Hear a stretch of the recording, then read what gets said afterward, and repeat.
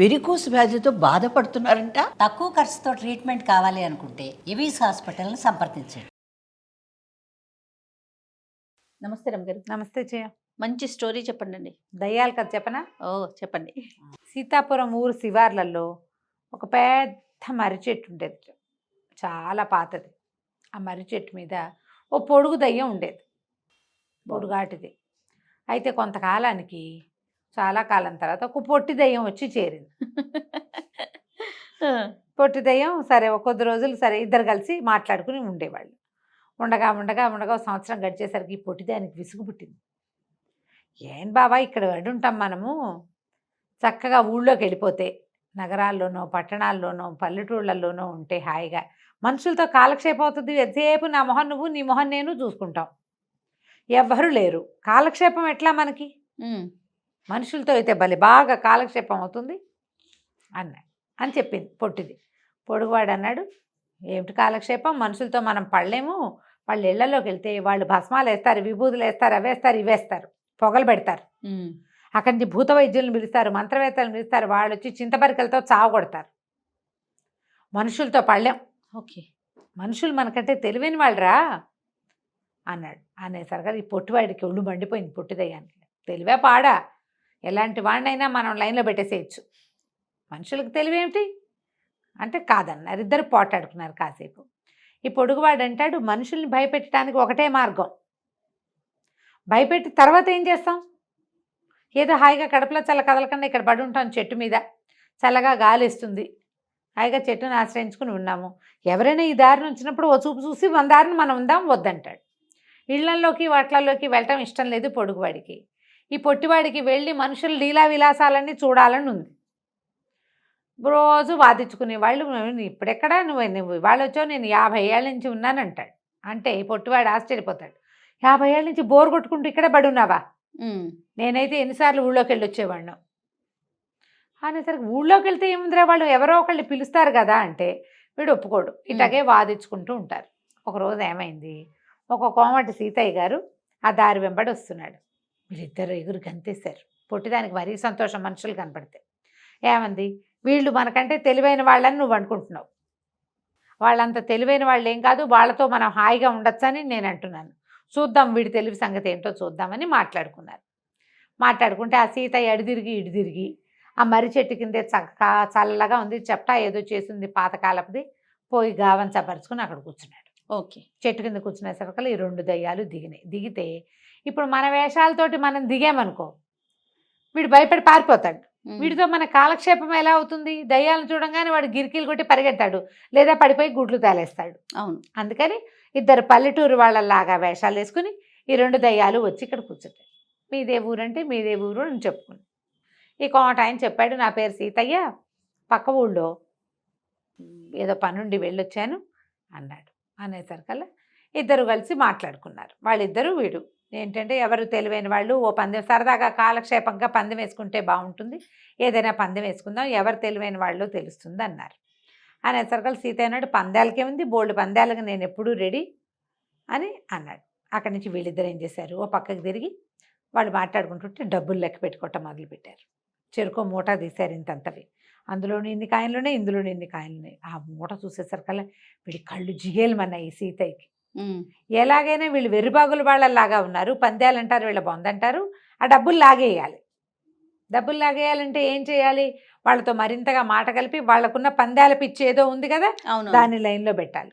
అందుకని మీరేదో పందెం అన్నారు కదా అన్నాయి, నేను అసలు పందాల్లో సిద్ధహస్తుండి, నేను పక్క ఊరి రాజుగారి దగ్గర నుంచి పందెం వేసి ఇదిగో ఈ చిన్న మూట చూపించాడు, ఈ మూట అక్కడి నుంచి సంపాదించుకొచ్చాను. వీడికి తన దగ్గర ఇంతే మూట ఉంది, వాళ్ళ దగ్గర అంతంత మూటలు ఉన్నాయి, దాని మీద ఆసక్తిగా ఉంది. సరే అక్కడి నుంచి పందెం వేసుకుందాం.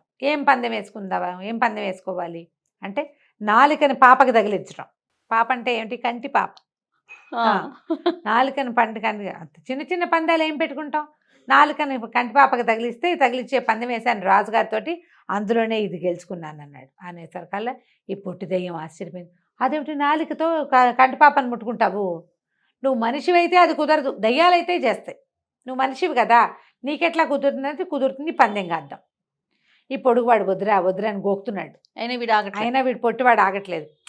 అది ఎట్లా కుదురుతుంది, వాడి నాలుక ఎంత ఉంటుంది, ఇంత ఉంటుంది. నాలుక చచ్చి జడి ముక్కు మీదకి వస్తుంది, అంతే. కష్టపడితే రాదు. నాలాగా ఇంత పొడుగు ముక్కున్న వాళ్ళకి వస్తుంది. మీకు అంటిద్దా రమ్మగారు? ట్రై చేస్తారా? వావ్! Super super. చిన్నప్పుడు చేసేవాళ్ళం. ఒక ఖేచరి విద్య అని ఒక విద్య ఉంది జయ. ఆ ఖేచరి విద్యకి నాలుకని ఇలా భూమధ్యంలోకి తెస్తారట. యోగాల్లో ఉండదు అది. ఏదో అప్పుడేదో ఒక నావెల్ వచ్చేదని పేరు ఇప్పుడు నాకు గుర్తులేదు. తులసిలోనో కాశ్మీరాలోనో ఎందులోనో వచ్చింది. ఎందులో వచ్చిందో ఎండమూరి గారు నన్ను క్షమించాలి, ఎందులోనో గుర్తులేదు. కానీ ఒక పుస్తకంలో ఉంది ఖేచరి విద్య. ఖేచరి ముద్ర నాలుకని ఇక్కడ భూమధ్యంలోకి చేర్చడం. అసలు నాలుక ముక్కుకే అంటదని మేము స్కూల్లో ఉండగా వచ్చింది. అప్పుడు పందెం వేసుకుంటే నాకు తెలిసింది నా నాలుక నా ముక్కు అంటుతుందని. మీకు బాగా ప్రాక్టీస్ ఉంది, వెంటనే టకామనండి చేశారు. బాగా చేసేవాళ్ళం చిన్నప్పుడు.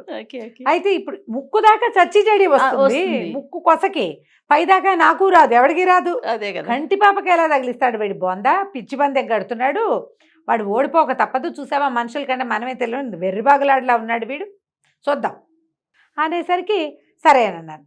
అనగానే మరి మూట పందెం అన్నాడు. అలాగే ఆ మూటను మధ్యలో పెట్టారు.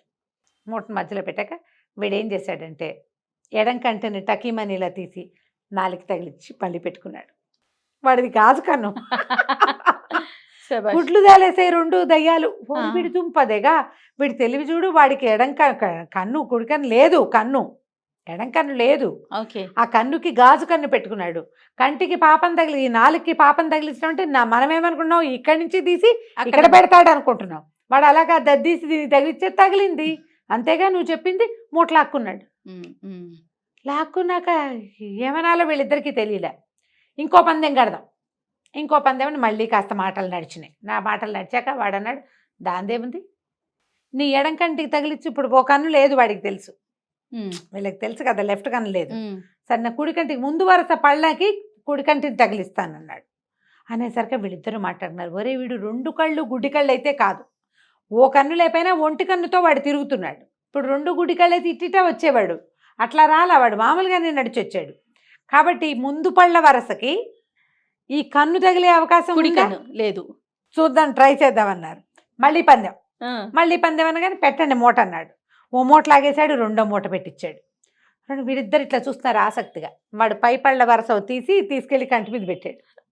తగిలిచ్చాను చూసుకోండి అన్నాడు. ఓరి వీడికాడు పొడక, వీడికి ఇన్ని తెలివితేటలు ఉన్నాయి. ఈ వెధవ ఒక కన్ను గుడ్డి కన్ను, ఓ ముందు పళ్ళు ఎత్తుపళ్ళతోటి, పెట్టుడు కళ్ళతోటి వీడికి ఇంత పని చేసేసాడు. చేసేసరికి వీడిద్దరు మొహమొహాలు చూసుకున్నారు. పొడుగువాడు అన్నాడు, ఏరా మనుషుల సంగతి చెప్పానా నీకు, వాళ్ళు పరమ తెలివైన వాళ్ళు, మనం వాళ్ళతో గెలవలేం. వీళ్ళని గెలిచేందుకు మన దగ్గర ఒకే ఒక మార్గం ఉంది. ఏమిటి మార్గం? ఏం గెలుస్తాం, నా బొంద రెండు మూటలు వాడు లాగేశాడు కదా, రెండు మూటలు మన వాడు ధర్మంగా వెళ్ళాలి. పందెం అన్నాక పందెమే కదా, పందెం కట్టాం, వాడు మనం చెప్పిన పందెనికి ఓకే చేసేసాడు. పందెం డబ్బులు వాడి చేతికి ఇచ్చేసాం. ఇప్పుడు ఏం చేస్తామన్నాడు. ఎందుకు, రెండు మూటలు లాగేస్తాను చూడన్నాడు పొడవాడు అని. పొడుగువాడు చెప్తున్నాడు. పొడుగు ఇద్దరు ఆలోచించుకున్నారు, కుదురుతుందా అని. పొడుగు అంటే నాది గ్యారంటీరా, నేను చెప్పినట్టు చెయ్యి అనగానే ఈ లోపల ఈ సీతయ్య ఈ రెండు మూటలు దక్కిన ఆనందంలో కాస్త అట్లా బాగన్నుగా కళ్ళు మూతలు పడుతున్నాయి వాడికి. ఎండ వెళ్ళేటప్పుడు చెట్ల కింద కూర్చుంటే చల్లగాలికి నిద్ర వస్తుంది. పొడుగువాడు అన్నాడు, ఒరే ఈ వేషం తీసి మన ఒరిజినల్ రూపం చూపిస్తే చూడు వీడేం చేస్తాడు. ఇద్దరు కలిసి ఒకేసారి దయ్యాల రూపం నరుస్తూ లేచి నిలబడ్డాయి. నిలబడగానే ఒక్క ఉదుటం లేచాడు. అసలు ఇద్దరిలో ఉన్నాడు కదా, మెలకుగా ఉంటే కొంచెం ఒక మాదిరిగా ఉండును. సడన్గా రెండు దయ్యాలు ఇట్లా నడిచి మీదకి వచ్చేసారు కల్లా.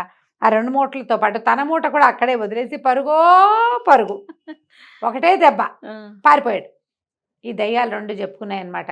50 సంవత్సరాల నుంచి దాచిపెట్టాం, ఈ డబ్బులు వీడు కొట్టుకుపోయాడు అనుకున్నాం, పోన్లే వీడి తెచ్చిన మూట కూడా మనకు దొరికింది, ఇక మనుషుల జోలికి వెళ్ళకూడదు. ఇక్కడికి వచ్చినప్పుడు ఇలా కాసేపు వినోదం చేసుకుని తర్వాత వాళ్ళని భయపెట్టి వాళ్ళ డబ్బులు లాగేసుకోవడం, మనం లోపల పెట్టుకోవడం. ఆ 3 మూటలు తీసుకెళ్ళి మర్రి చెట్టు త్వరలో పెట్టి మళ్ళీ ఎక్కి చెట్టు మీద కూర్చున్నాయి హాయిగా కులాసగా కాలక్షేపం చేస్తూ. కలిసి మన ఇంటికి నేను కూడా ఉలికి పట్టానండి. రైట్, థ్యాంక్ యూ రమ్మ గారు. నమస్తే. నమస్తే.